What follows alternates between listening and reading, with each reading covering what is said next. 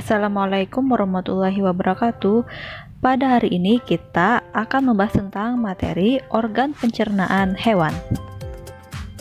Organ pencernaan hewan tentunya berbeda-beda. Perbedaan tersebut disebabkan terutama karena jenis makanannya. Organ pencernaan hewan yang akan dibahas meliputi organ pencernaan cacing tanah, ikan, amfibi, reptilia, burung, dan mamalia. Yang pertama, cacing tanah. Nah, cacing tanah ini makanannya berupa bahan-bahan organik berupa sisa-sisa makhluk hidup yang telah membusuk. Susunan organ pencernaan pada cacing tanah meliputi mulut, tenggorokan, kerongkongan, tembolok, empedal, usus, dan anus. Tahukah kamu, mulut cacing tanah tidak bergigi loh? Nah, setelah dari mulut, makanan lalu masuk ke tembolok melalui tenggorokan dan kerongkongan. Di dalam tembolok, makanan disimpan sebelum mengalir ke dalam empedal. Dalam empedal ini, makanan dicerna secara mekanik. Proses pencernaan kimiawi berlangsung di dalam usus. Nah, setelah itu, sisa-sisa makanan lalu dibuang melalui anus. Yang kedua, serangga. Nah, serangga ini salah satu contoh serangga adalah belalang. Susunan organ pencernaan belalang meliputi mulut, kerongkongan, lambung, usus halus, dan anus. Yang ketiga, ikan. Salah satu contoh ikan adalah ikan mas. Saluran pencernaan ikan mas terdiri dari mulut, kerongkongan, lambung, usus, dan anus. Yang keempat, amfibi. Salah satu contoh hewan amfibi adalah katak.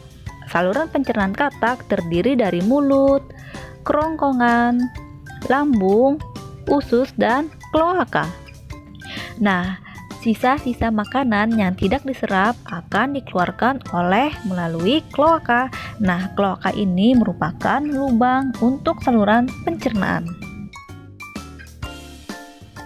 Yang kelima, reptilia.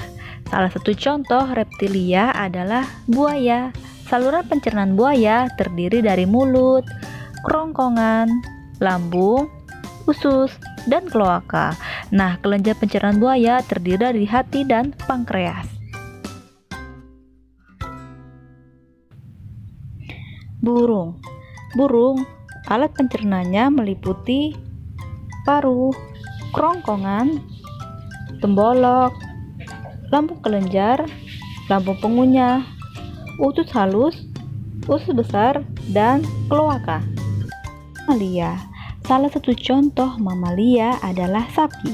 Sapi termasuk hewan ruminansia atau hewan memamah biak. Sapi memiliki gigi geraham belakang yang besar untuk mengunyah rerumputan. Nah, dari mulut makanan masuk ke lambung. Lambung sapi terdiri dari 4 bagian, yaitu rumen atau perut besar, retikulum, perut jala, omasum, perut kitab, dan obomasum, perut masam. Rumen terdapat bakteri pengurai selulosa pada makanan sapi, lalu makanan dibawa ke retikulum. Selanjutnya menuju retikulum. Nah, retikulum ini makanan dicerna kembali hingga membentuk gumpalan atau bolus. Bolus didorong kembali ke rongga mulut dan dikunyah kembali. Yang ketiga, omasum. Nah, omasum tempat terjadinya penyerapan air dari makanan. Yang keempat, obomasum. Nah, obomasum ini tempat makanan dicerna dengan bantuan enzim pencernaan. Di usus terjadi penyerapan zat-zat makanan. Selanjutnya, sisa pencernaan dikeluarkan melalui anus. Nah, itu tadi pembelajaran kita pada hari ini. Semoga kalian dapat memahaminya dan tetap semangat belajarnya ya.